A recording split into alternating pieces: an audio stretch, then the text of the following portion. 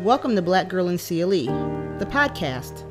I am your host, Shana Black, and in each episode, my special guest and I will talk about local events, the topic of access in Cleveland, and sometimes we'll just talk about some cool people who are doing cool things in the greater Cleveland area. I'll introduce you to this week's guest right after this.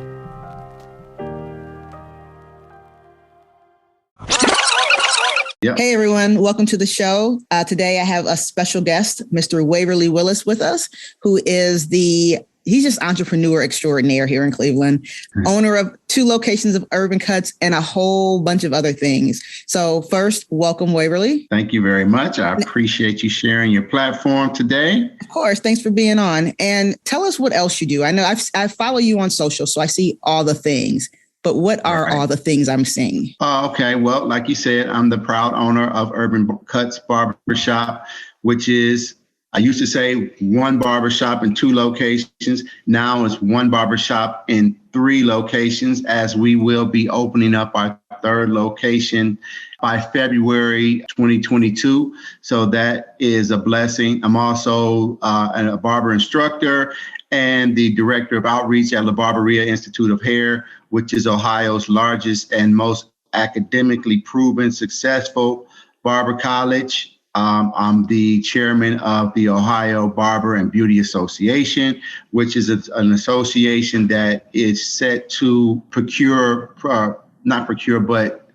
keep the foundation of the barber industry intact. That's a lot of political stuff attached to that. I'm the executive director of the Urban Barber Association, which is a network of barbershops, a few beauty salons located in Northeastern Ohio, where we use our businesses to funnel information to the community. And we just want to empower the community through networking and education. That's all things barbershop, huh? All things hair. Yeah. That's my lane. You know what I'm saying? It's a few little outliers there, but my main lane is hair. And I found that I've grown a lot of branches just out of my lane. And that's something that I'm very fortunate to have done over the years. And honestly, I can't say that initially that was the plan, but I've been enjoying the journey. And I noticed, hey, I can kind of deviate a little bit and expand my own brand. And it'd be beneficial for myself and others just by growing a branch out of my lane. So I'm trying to teach others to do that as well.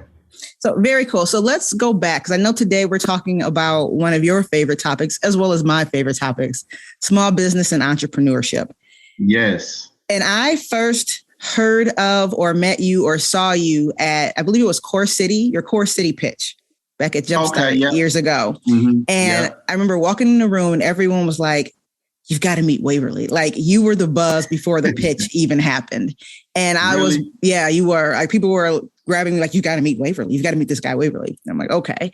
And so, your pitch was amazing that day. And I'm just wondering how you got to that point. Like, did you always want to be a barber? Is that what your plan was? Like, how did you get there? Yeah, I did. It's a funny story. Okay. My mom, Waverly Willis, God rest her soul. She was the single parent of 3 nappy-headed boys and 1 excellent, wonderful girl. She used to cut our hair, and she used to do a really, really, really bad job at it. She was, again, a single parent. She just wanted her kids to look neat, as we represented ourselves, our family, and her. So she sat me down. I was about 8-10 years old. She sat me down for my tri-weekly haircut. Nothing major, just a buzz and an attempted lineup. And again, she did a bad job at it. The kids, when we get to school, the kids in the neighborhood would all laugh, point finger, make jokes. The kids in school and in the neighborhood, I was just the butt of everybody's joke. So I remember 18 years old, she sat me down for my haircut. I can remember it like it was a terrible nightmare, like it's the back of my hand. She came towards me. I grabbed her wrist and I said, Mom, can I just please cut my own hair? She said, I don't care who cuts your hair as long as it gets cut. So I started cutting my own hair. And guess what? Did a terrible job at it. Probably worse than my mom did. Same results in the neighborhood, kids pointing fingers, making fun of me. And I just kept cutting my hair. And maybe a year and a half later, the same kids that were pointing fingers at me and making jokes about my haircut began to pull me to the side saying, hey, you think you can, tighten me up a little bit. So my mom's basement began to be filled with kids from the neighborhood and kids from the school. And I was charging $3 a haircut, and she would peek down periodically throughout the day and count all the kids that was going in and out of her basement. And she was charging me $1. She charged at the end of my day, she would charge me $1 a piece for each person that came down her basement. So my little $3 a haircut turned into $2 a haircut, And I guess, of course, as a 11-year-old kid, I was angry about it. But I guess that's the seed of entrepreneurialism that was planted into me. I'm sure she couldn't do much with that little 10 or 15 or however much money she made, but she was planting a seed in me that I'll never forget. So my passion for cutting hair started then. I did always want to be a barber.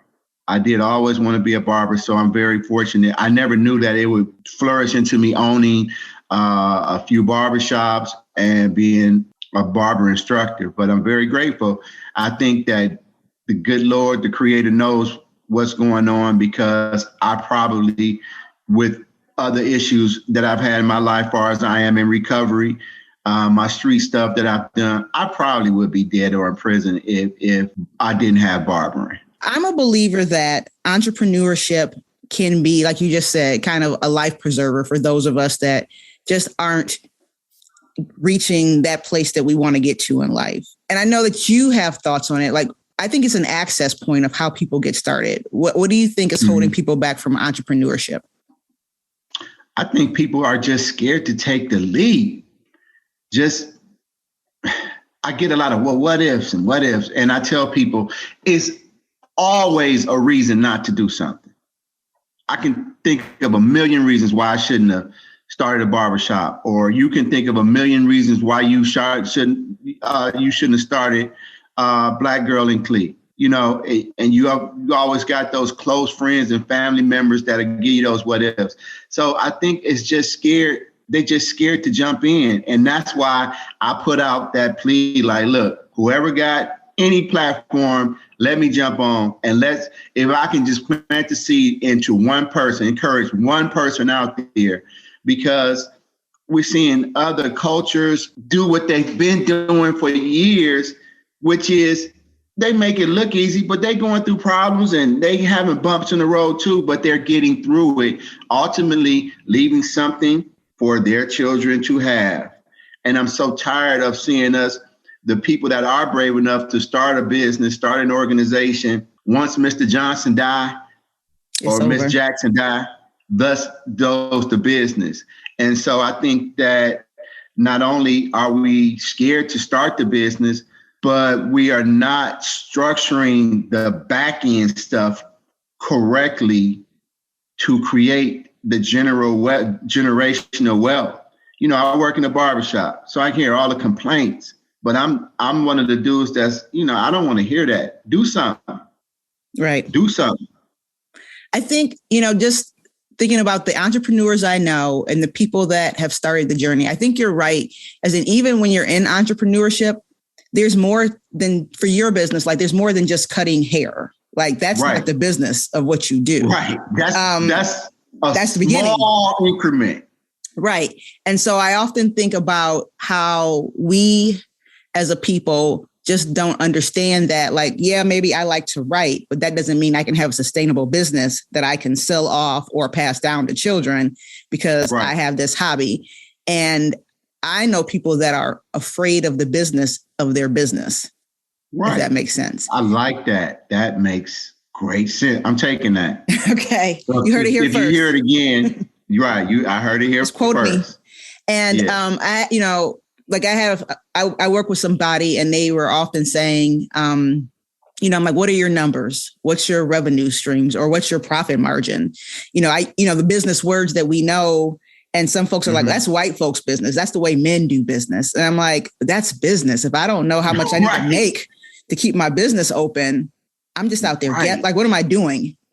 Right. And I think for me, that's a conversation of like, how do we, I don't even know if you can ease people in that. Can we ease people into that, letting that fear go of like, yes, you got to know numbers? Because math, you know, I hear Black people, and I used to teach math actually when I was a teacher. Math ain't for me. I can't do math, but math's a lot easier when you count money.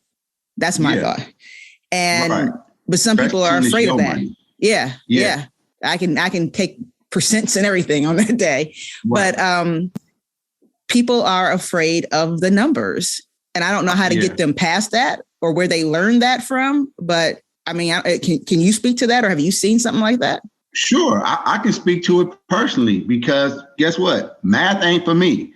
However, it is people and entities out there that are being paid. Somebody is sitting at a desk right now on their phones, on Facebook, on Instagram, because not you, Shana, but you, who's ever looking at this right now that's wondering about starting a business, because you're not sitting at their desk filling out that application. Make these people do their job. And guess how much it's going to cost you? Nothing. Zero. Zilch. That's how I got involved with Jumpstart. I still have a relationship to this day with the Urban League. And of course, they're going to sing the praises of Waverly Willis. But if they speak to Waverly Willis 12 years ago, excuse my French, they'll say Waverly was a real pain in my ass. Because I'm quick to say I don't get it. I don't understand. Shut down. Right. But see, this was, maybe it's because these people's backs aren't against the wall. This was all I got, period. And I mean, after I got a drug and alcohol treatment and the good Lord took those monkeys off my back, it's either go back to it's two things I know how to do.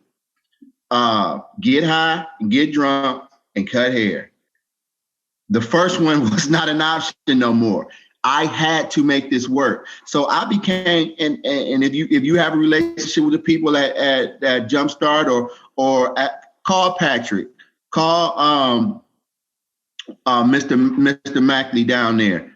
And I talked to Patrick this morning. I talked to Felicia Ivy this morning. So I talked to somebody from Jump Street and the Urban League literally this morning. Yeah. I still have a close relationship with them. Do I know my numbers and all that? But can you talk your numbers? Yeah, I can talk my numbers. But then once you take me into too deep of a water, I'm going to say, you can call my accountant, Robin Boyd. Absolutely. And she got everything you need, which when I was doing something with Urban League, she got to talking too deep. I said, you know what? As we were speaking, I just connected me, you, and my accountant, Robin Boyd, on the email. So everything you just asked me is on the email. So, but yes, if this is something that you really want, and I tell people, you got to touch people's heart. Well, what about your kids? You can't leave your kids Amazon. That's Jeff Bezos. Right. You can't leave your kids Progressive Insurance. And they're like, well, what if I can't quit my job? I didn't tell you to quit your job. Quick story. I got a young man. He's like 22 years old, just had a baby. And it's like I got to kind of not use business jargon so they won't look at the mountain. Sometimes you just got to close your eyes and just take one step at a time and don't look at the mountain. Because if you look up at that mountain, you'll be like, oh, it's too much. So the kid wants to start a landscaping business. Amazon right now, and this is speaking to what's going on into society today. That's why I make this call of sense of urgency. Amazon, they got a $3,000 sign-on bonus, and they're paying people $20, $24 an hour. Now, these businesses, corporations, companies, number one, you're not going to see these sign-on bonuses forever. And number two, the hourly wages is going to go down, if not just stay where they are. I'm betting that they're going to go down at least by a couple dollars.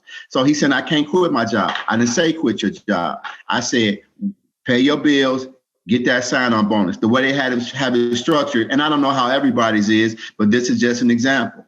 So while he's coming in for his tri-weekly haircuts, hey man, bring me some pictures of like the lawnmowers you want. I'm just trying to test his excitement level.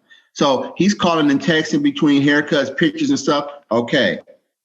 All right. I'm doing okay. Let's talk about, how you want to structure your business. Just write me something down. This is the business plan. But if I say business plan, he go open his eyes and look at the amount.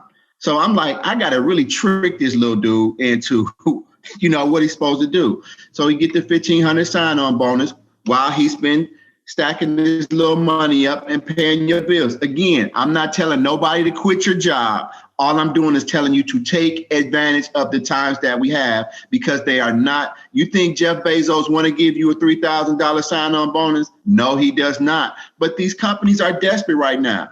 So he bought himself a nice lawnmower, a nice whatever thingy to edge up the grass, and a blower.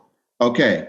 And now he's looking at little cheap used trucks. He got the first, he's going to get the first 1,500 in the first 30 days. And in the next 60 days, he's going to get the next $1,500 while he's still working. So he's going to have himself poised and ready in the springtime. Now, the next thing is this, bro, I will let you cut my grass at my home and at my shop, but you better do a damn good job, because I'm going to big you up on my social media. And after I big you up, it's going to be some people that's going to be calling you. So you better be in a professional manner. So now I'm connecting with my people at the Urban League, with my people at Jumpstart. You need to get this LLC and all this stuff together. I'm kind of hustling backwards with him, but he's a young guy. And I had to test to see where his enthusiasm was at, and it's there. So he's excited because he's getting all his ducks in a row. So let's go from that though, because he's enthusiastic and he stays with that, right? But we often, we often see people that lose that enthusiasm. Like, I came home, work got me tired. Oh my goodness. And now I'll work on it tomorrow. Or I've seen folks that they lead with the logo and the fun, pretty stuff, right? The marketing, but they don't develop the product. How do we, I love when you said hustle backwards. How do we show them the hustle backwards and the stick with itness? Is that internal, or can that be developed? I think it's both. Now, again, when you started Black Girl in Cleat, when I started Urban Kutz, I can only speak for me. I don't know, man. That's risky, bro. I don't know if you can really do that. Okay. That's homie from years ago, from childhood, and that's still homie. But guess what? I'm hanging around people like you now, right? Because this excites me. This keeps. You see how excited I am just by talking to this young man and about this young man to you. People like you are my circle now, right? So let's talk about that though. Let's talk about that, because a lot of it is the refusal to change the circle. Like, I believe you have to change the circle. So our initial team in 2016 of folks that I started with are not here, and not because we fell out or whatever. I love them to death, but it was just a fun hobby. And I'm like, no, this thing has this has some wheels and some sustainability opportunity. Let's talk about that. Letting go of connections, not, be it parents, family, friends, everybody's not built for this journey, as I have a friend that says. It's just like me in recovery, people, places, and things. Now, do I still got the homies from childhood? Yeah. Do we check in with each other? Yeah. Am I coming to the hood to drink some beer and watch the game? You know what? I'm 17 years in now. I'm gonna come to the hood, but once y'all start blazing and it, it's not in my DNA no more. And they know what it is. You know what I'm saying? It's people, places, and things. You have to find a way to keep your fire lit. You know what I'm saying? It just is what it is. So now my crowd, which I don't hang out with a lot of people, like when I'm putting my posts up on social media, I'm genuinely excited. Like, this is my thing. And it's an amazing thing. Like, cutting hair is my thing, but bigging people up and putting each other on, that's my thing. And I mean, not just for our people, because I hang with other cultures too. And please believe I am taking notes and I'm making those connections as well, because of course I want us to win. But, you know, if they've already done the blueprint for the last 3 generations of their family, I'm not going to reinvent the wheel. Yep. I'm going to take it. I'm going to tweak it. I'm going to throw out what I can't use. And then I'm going to bring it to Black Girl and Clee podcast. And we go help shoot this to the masses. But if you really trying to do something, you have to change your circle. Like I said, with the young man, I'm testing your excitement level, because I've been notorious in the past when somebody say, well, I want to do this, man, the next time I see him, I didn't download the stuff. I didn't send them leaks. Did you do? Oh no, I ain't had time yet. Yeah. I had to slow myself down. Just like you said, your team in 2016, like Meek said, it's levels to this. And some people want to talk about it on this level. And then you got the people that really want to make it happen. So now that I see that this young man is doing his own research, making his own moves, I'm excited every time I see this dude. So, you know, I use a phrase and I call them seeker missiles. And they are those questions like, how's it going? Show me the lawnmower. Like you said, like to see if you still are, because there's people where you do send that little kind of that dart out into the atmosphere. Like I might say, like, tell me what you're reading. Because you got to learn from wherever. And, you know, while there's plenty of people on Instagram that's there to teach you, they may not be the person to teach you. So where are you getting your information and who else are you talking to? And it's true. Like you might send that out to that young man one day and he's just busy. It's holidays. OK. But after a few more of those, you'll see if he's still ingrained. And I think for me, it's one of those like, because I'm just like you, the more I talk to someone that has ideas and can talk business, like my brain clicks into high gear too. Like, oh, wow, like I'm creating now. And, you know, it's one of those that I start to realize maybe I need to dial it back because you're no longer hearing me. And, and so now I'm going to be that person that, you know, no disrespect or anymore. I'm going to be that person that every time you see him, you know, the person that, you know, either want you to become a Jehovah's Witness or come to their church or something. I don't want to be that dude, you know, and I noticed with certain individuals, I'm like, what's up, man? Did you check it out?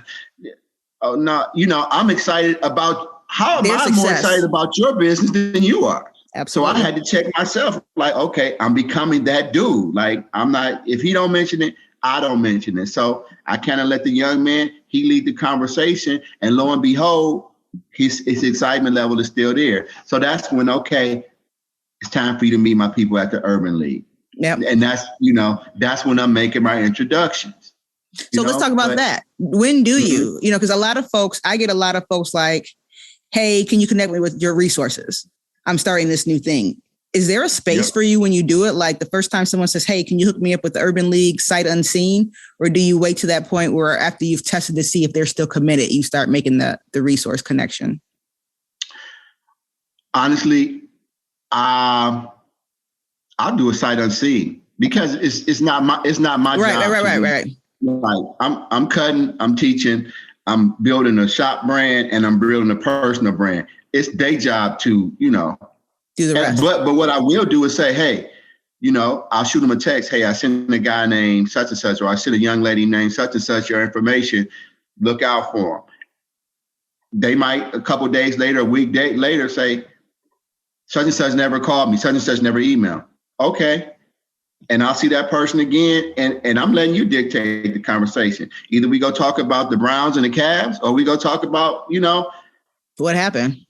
Right. I got stuff to do. Like my plate is overflowing. Plus I got a whole team around me that I got to make sure everybody eating, you know, so I'm excited. I'm gonna match your excitement level for your business. How about that? Absolutely. You know, and it's been said, I hear that Ohio is one of the easiest low cost places to start a business in the US. Like we don't have that 2-year or every year licensing fee. You know, like there's places like that are $600 to start a business. And we're not here in Ohio. Like you can start as many businesses as you want here in Ohio. Right. Yet we slow on the dribble. Like, yo, I don't know. But again, I'm not telling nobody. I just gave you a very simple equation from a 22-year-old young man. No, Wave is not telling you to go quit your job because I'm not paying nobody's bills. I'm not loaning out no money, but be prepared. They say an entrepreneur is the crazy people that will quit a solid 40-hour-a-week, good paying job, great insurance, great benefits to go work for themselves 60, 80 hours a week for we don't know how much money. But guess what? It's no one else better to work for on this whole entire planet than you. Yes. I think that's one of the things that we're starting to see is there is a difference. To me, I think there's a difference in that entrepreneur brain. Now, not that you have to have an entrepreneur brain, because I didn't. I mean, I was 15 years working in schools, but, when you have to depend on yourself, you have to really start learning a lot of things about yourself, good and bad. That's right. Realize what's not good about you, what you need to change, because, in our house, if I don't make money, we don't eat. Like, that's it. Period.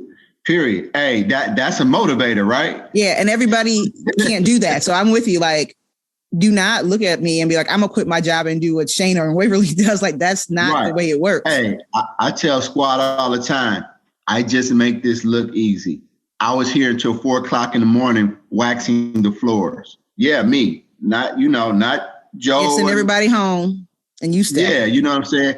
But also I think that America, whether consciously or subconsciously, is speaking out because they saying, I don't care about your $20 an hour, your $25 an hour. I'm just going to go DoorDash, Instacart, Uber, which is technically you working for yourself. Yep.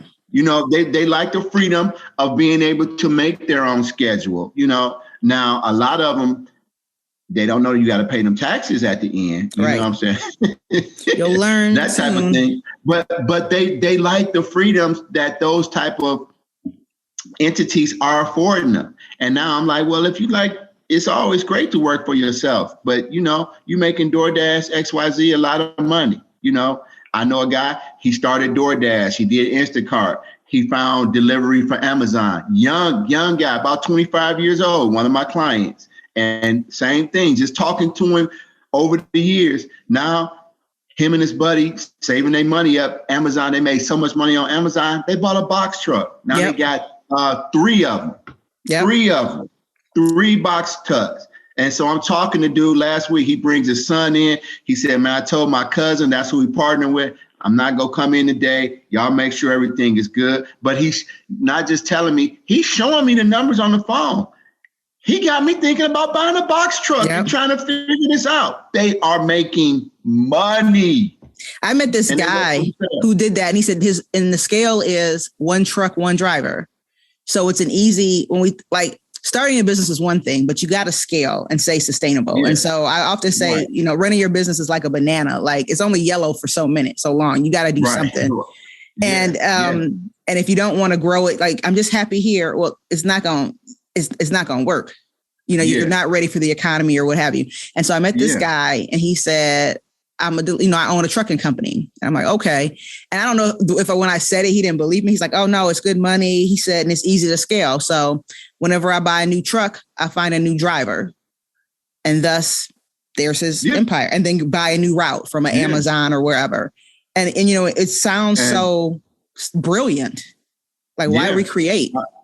The money that he's making. And I mean, the 1 truck, 1 driver, he said, I'm trying to do my own due diligence investigating. I'm like, well, what about the drop off? He's like, bro, everything's on carts. We back it in and we wheel it out. Yep. I'm thinking they humping stuff, he's like, no, bro, like, this is very easy. Yeah. I'm like, oh, yes. And I would love to see your trucking company. So right. So let's talk about the word comfort, because I hear a lot of folks, I could say it's a fear of money. I don't want to make a lot of money. I just want to be comfortable. And And in that's okay. Yes. But in that is that idea of, even if I start a business, like, I don't really want to, they would still want to be like in your mom's basement cutting hair. That's kind of side hustle. Cause I don't really want to make a lot of money. I just want to be comfortable, just pay my bills, be able to go on vacation. And I think in that word comfort, there is a fear. Yeah. Have you encountered that with folks? Yeah. Yeah, absolutely. And when you say it in a sentence, it's like my Google Translate in my brain says, I'm scared. That's I mean, you hit it right on the head. I'm scared to scale up. I'm scared of the problems that's going to encounter, that I'm going to encounter in the next level. I'm scared about staffing. I'm scared about, customer service, things of that nature. And like you told the guy with the trucking company, why do it? You never hear Jeff Bezos say I'm scared. You never hear Donald Trump say I'm scared. I've been hearing about, I'm sure you heard of this person, Beyond Win. Mm-hmm. Yep. And run the effing play. Yep. Run the play, dude. Stop being scared. Like, I said, I don't go to the word church, but I heard Pastor Bernie say one day he was having like a pastor's conference on a commercial. And he's like, if you ever talk to a pastor that said, I just want my one church with my 95 members, he's like, they lying. You see, I'm laughing. They lying. Right. Because that's unfathomable to me in these days. Like, right.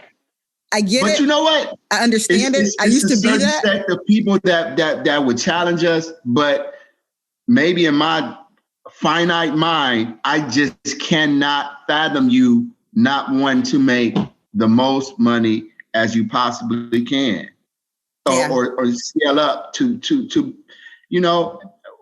Why would I stop at one barbershop when I can have two? When I can have three?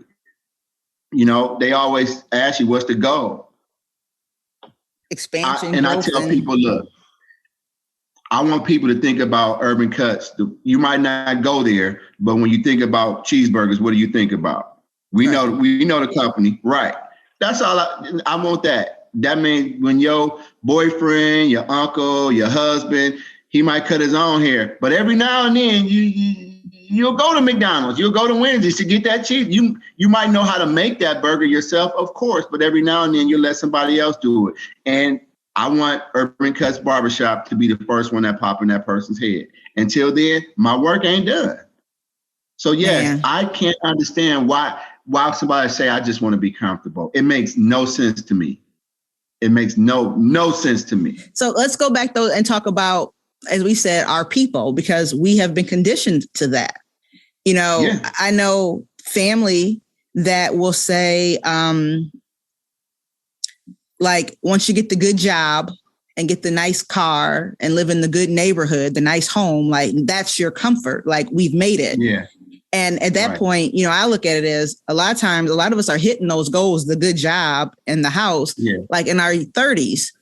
I refuse to believe that at 35, 36, I'm done. Like, right. And now we just work to retirement. Like, absolutely not. And you know what? I'm 50. So that's kind of like my generation and older philosophy. Again, I work with a lot of young people and my students, and I pick their brain all the time. A lot of times I cannot fathom their thought process because it's ridiculous. I got a young guy. He's early to mid 30s. Dude is making mid six figures. And I remember in recent years past, we were talking about the difference in opinion, like my generation versus the millennials, the Gen Zs.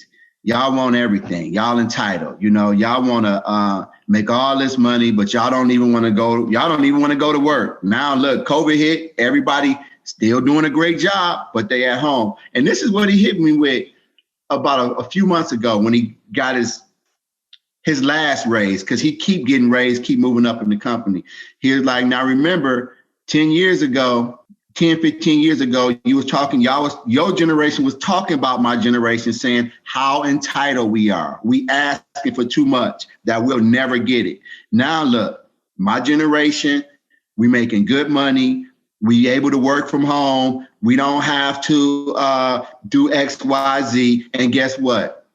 If you not go pay us, I'm not about to retire at your company and work there for the next 25 years to get a Timex watch and a plaque for my wall. No, if you not go pay me, Joe down the street will. So what you go do? We're not loyal to, we don't have the loyalty that y'all have. Mm-hmm. And you're right. So my generation, you know, go to college, which is another thing. Go to college, get your education. But now my millennials, my Gen Z is like, if I ain't got to go to college, I ain't going to college. I'm going to get this certification because Elon Musk said I can work for Tesla as long as I can show him I can do the work. I can make a lot of money and I don't have a debt. I can climb the ladder as I'm getting certified or licensed or whatever I need to do, make the same money that Joe Blow will make coming out of college, only I don't have $300,000 in debt. Right. And I think I have nothing to say. Even with that, it's not to say your generation, but that generation telling the younger people. I think that's where I take offense because I've come into a lot of entrepreneurs younger than me. And because they have mom or auntie or uncle in their ear about, no, you got a good job, they don't make the jump. No, go for it.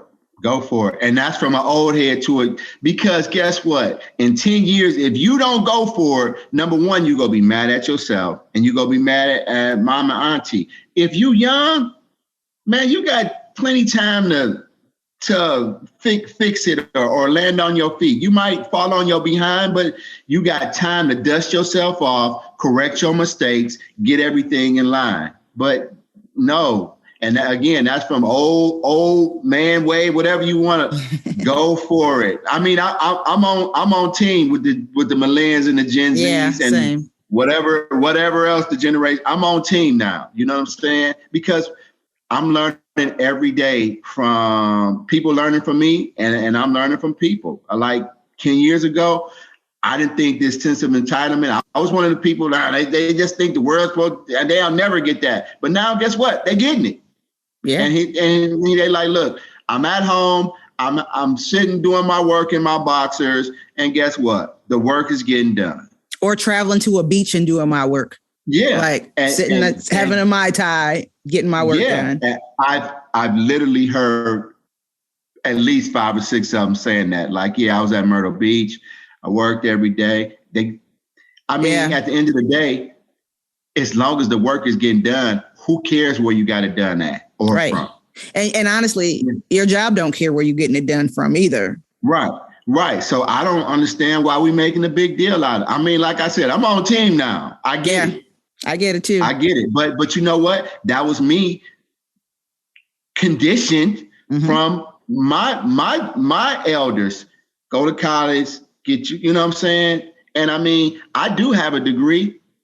Not really using it. I'm using a little bit, but as far as occupation wise, I'm not really using it. And I went back to get my degree for personal reasons, not necessarily for career reasons, So, and I used to be that dude back in the day. Yeah, man, what school you going to? Now it's, so what happens when you graduate? Yep. What's the plan?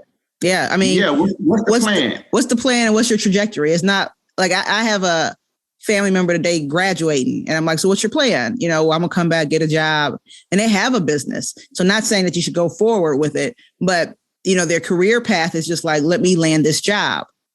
And because we're so, I think, conditioned, like you say, you graduate, you get the good job, you get that job. Like that's where the story ends until you get in that job and realize I want to do more. And just how powerful would it be to have the roadmap a little bit? Like I want to be making $1 million at 40 and I'm 21 or whatever. Like I want to live out the country. That's my goal in 5 years. Like we're not taught to do that when we graduate college. It's just where you land. We're not, but they are. Other cultures are.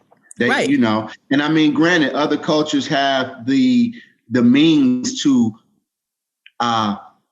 find themselves, you know what I'm saying? Because they will be financially supported. But that's not to say that you're going to have to structure your goals in a different way, but it can be done. So go find yourself, go live in another country. Man, if I can just get 15 years back, Oh my God. You know? But I think even with that, like we've got families that could afford their kids to do that. But I think from who I've encountered personally, many of those families still have that traditional mindset. Yeah. We're stuck in that mindset. So, you know, maybe I'm going to be creating a lot of arguments within family households, but I'm sorry. I'm on the young person's side, man. Peace, be out, go work your business from Spain or Rio or something. Send me a postcard.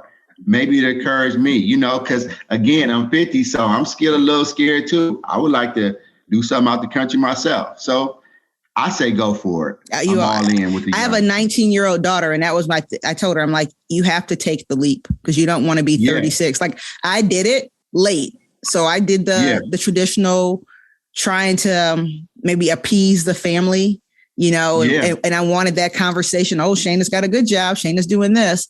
And it took, honestly, like my mom passed. And so at that point, it was just kind of like, what am I doing? And so I made the jump, and I tell my kids all the time, like I made the jump with 2 kids, single mom. I would way rather you go for it at 19 and get your lumps in. Please. Right. And hey, but just be prepared. You heard the little snippet from Steve Harvey about you got to jump. The parachute. Yep. Yeah, you got to jump. But when you jump, just be prepared because the chute don't open. Get snagged. You go hit this, hit that, but just enjoy the journey. Like it's a problem when I got some issues going on when I'm laying up at night and I'm losing sleep. But after I figured it out, I really, to this day, I enjoy this journey. I'm down for the grind. When I was talking to my guy at Jumpstart this morning, he asked me, what time do you get up? What time do you start cutting? I'm like, I'm in the shop at 6 a.m, bro.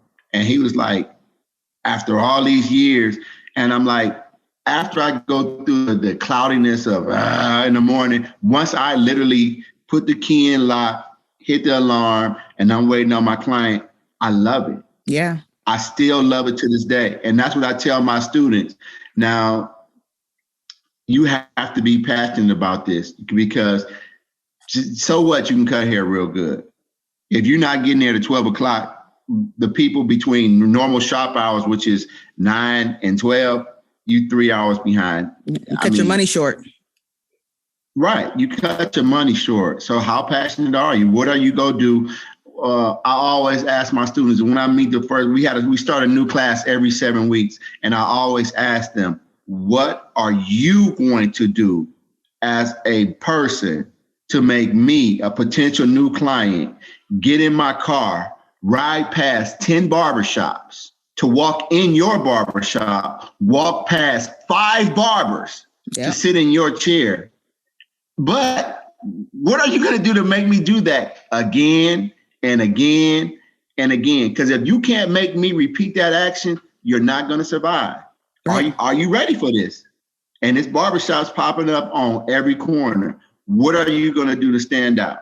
And it better not be, I'm going to cut hair real good. Everybody cut hair real good. Or a lot of us, most of us. You know what I'm saying? So what are you going to do to make yourself stand apart? Value proposition. Yeah, you know, and some of them, and I say this is a homework assignment that I'm never going to check.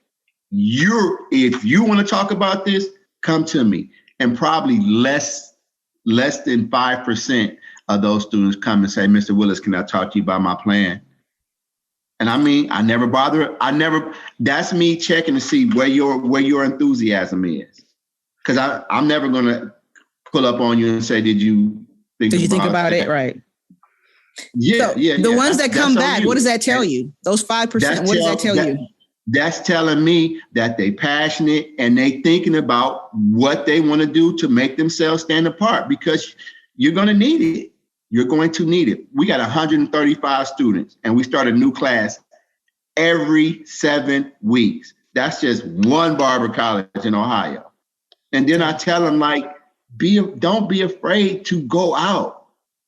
People, I know right now, people are begging me to open up a shop out in Medina, which is about 30, 45 minutes away, begging me. begging me. It's too far away from me. Somebody want me to come over to Elyria. Somebody want me to come over to Lorraine.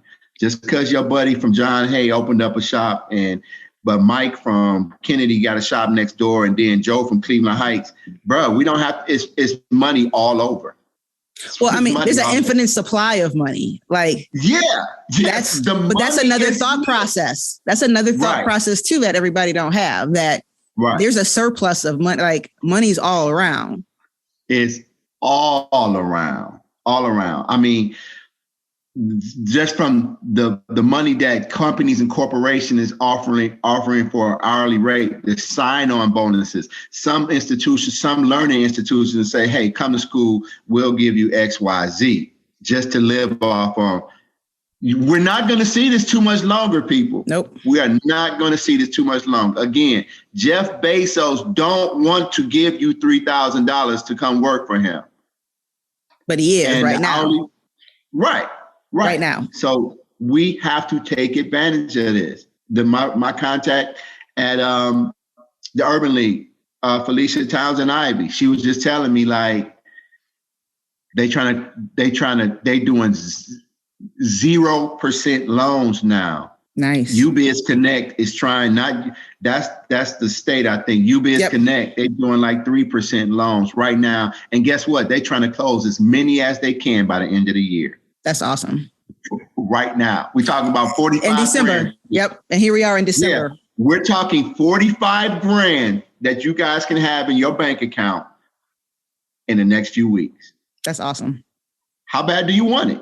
Yep. The money's there. But let's go back now. Let's talk about that loan process or what have you, right? Mm-hmm. Because even for entrepreneurs, I've heard many say, I don't want no loans because loans have a bad stigma in our community.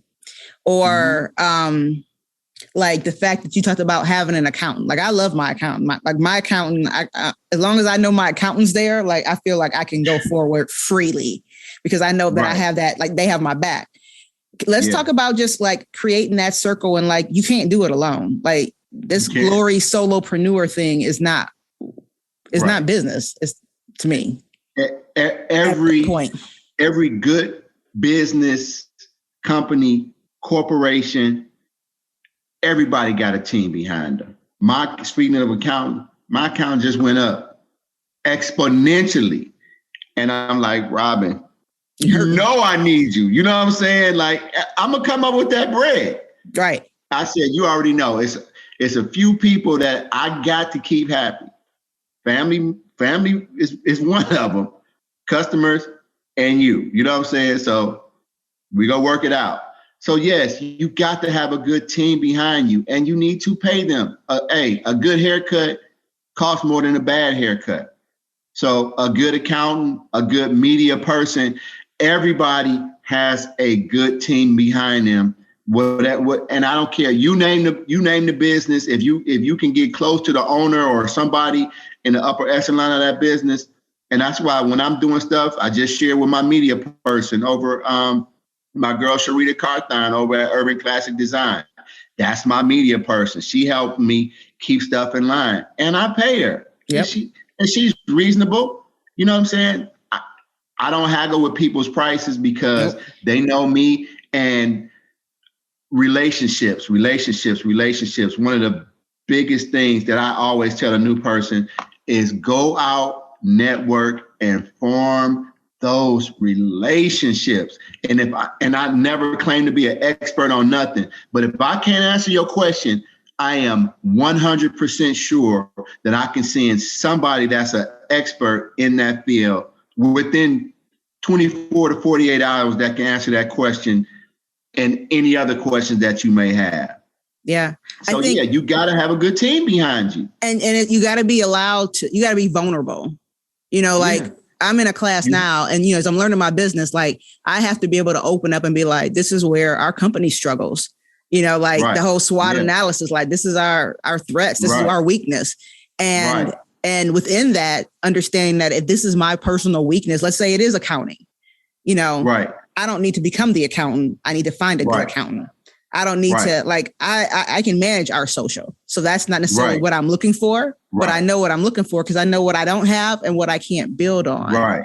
And so I think that's the thing. I've heard so many people coming out of urban leagues when they do those, like get MBE qualified, and people are like, nah, girl, like they asking for too much information. And that blew my mind because you know how much money, like there's money out there.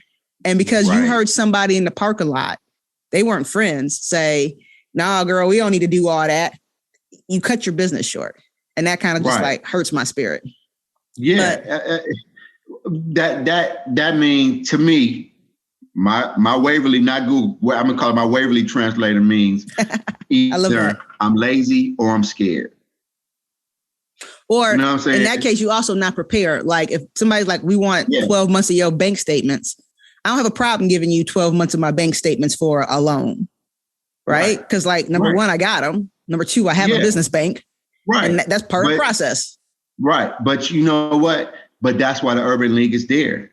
So be transparent. I don't have that. Well, you know what? Let's call your bank. Like but it's in now. You said be transparent. Right. It's okay. You have to trust somebody. I had problems with this earlier on. You got to trust somebody. I had to know all of my many weaknesses because I'm not Superman. So I had to learn how to trust, and then I had to learn how to delegate. Yes. Delegate. Like that's still one of my weaknesses is delegating. You know what I'm saying?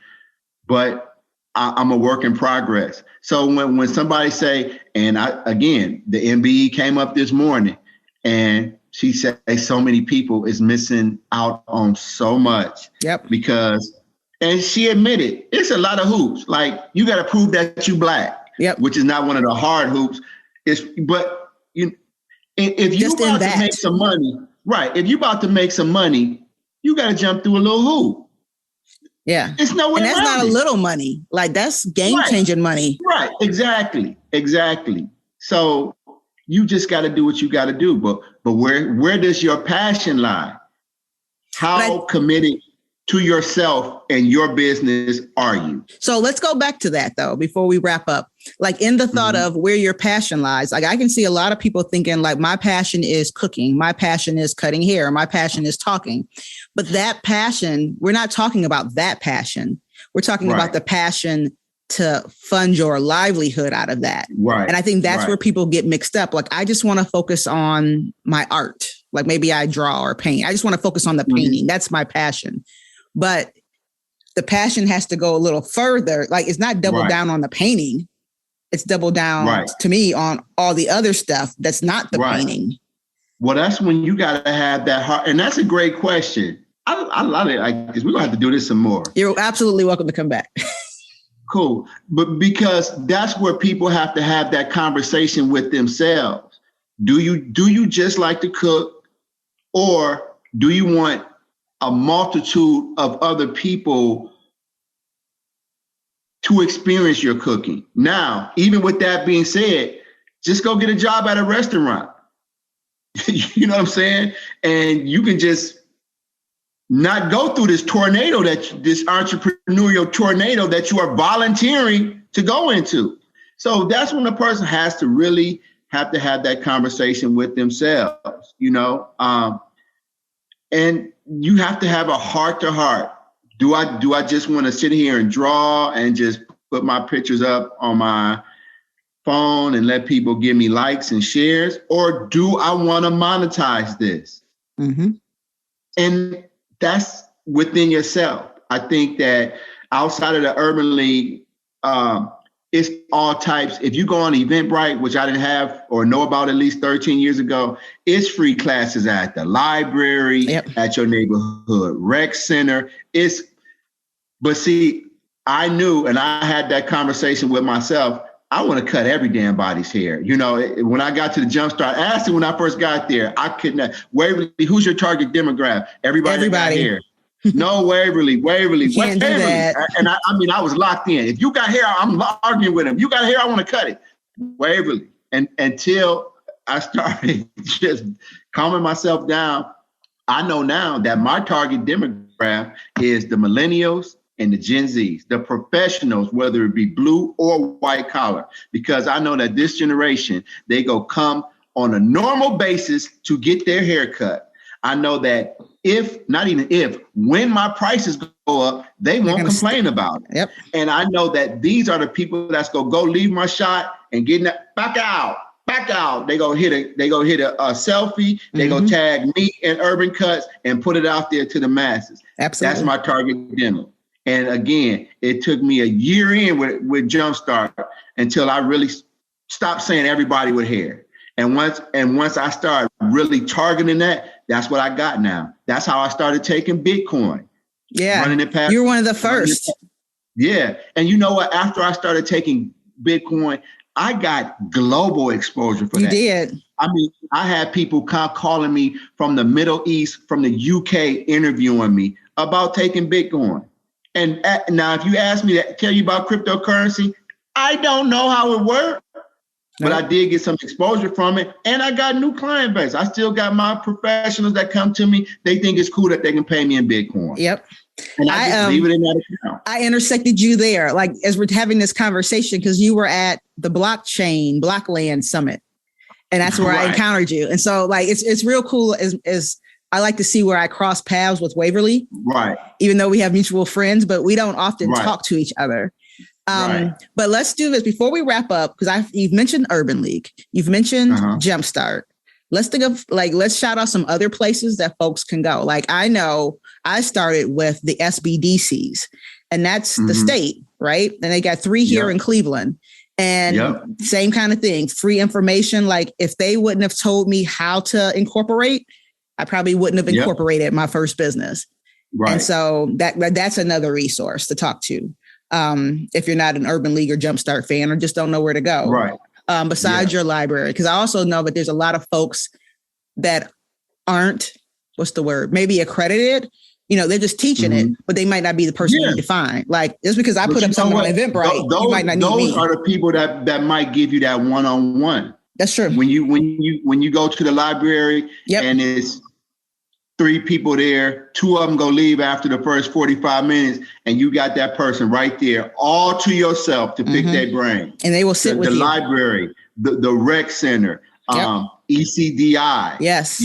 That's a good one. And again, if people contact me, I'm always a champion first for the Urban League.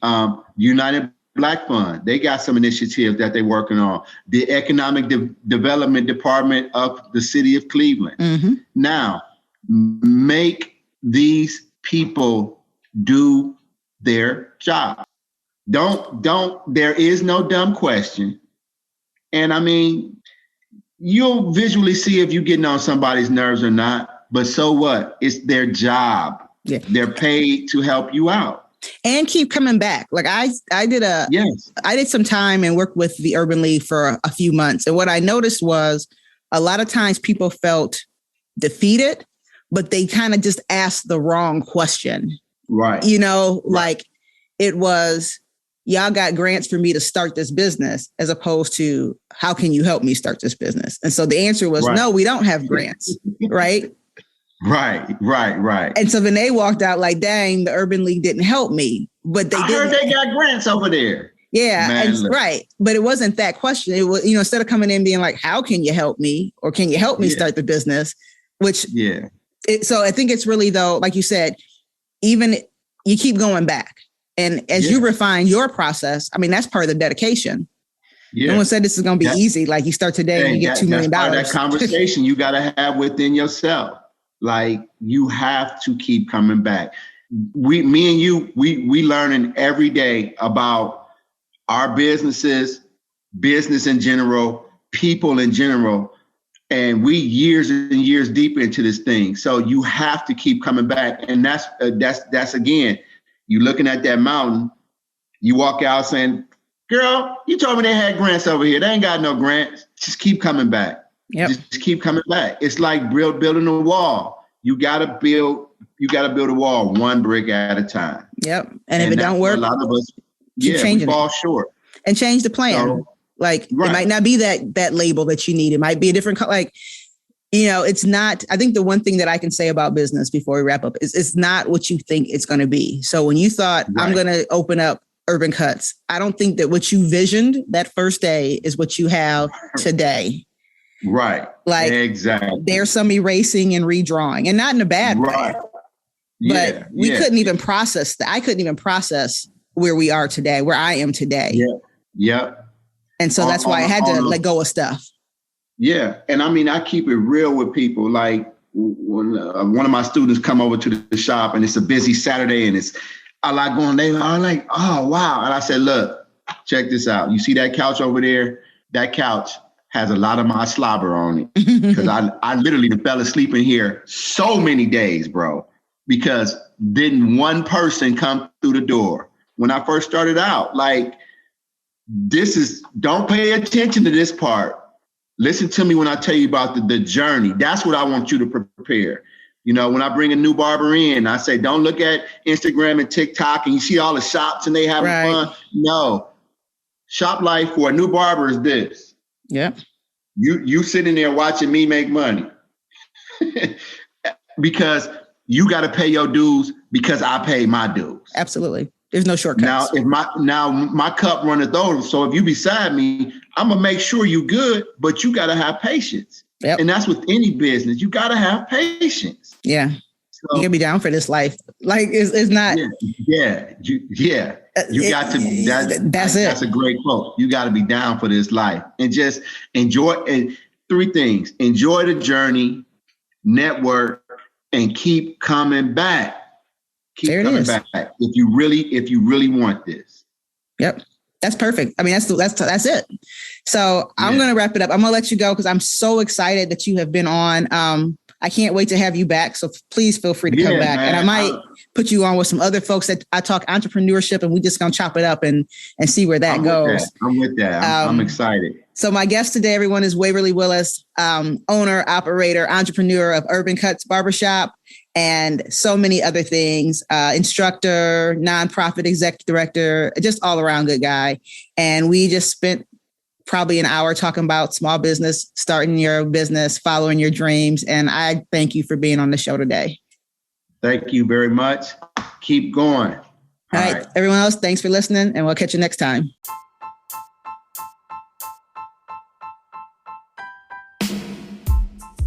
Thank you for listening to this episode of Black Girl in CLE, the podcast.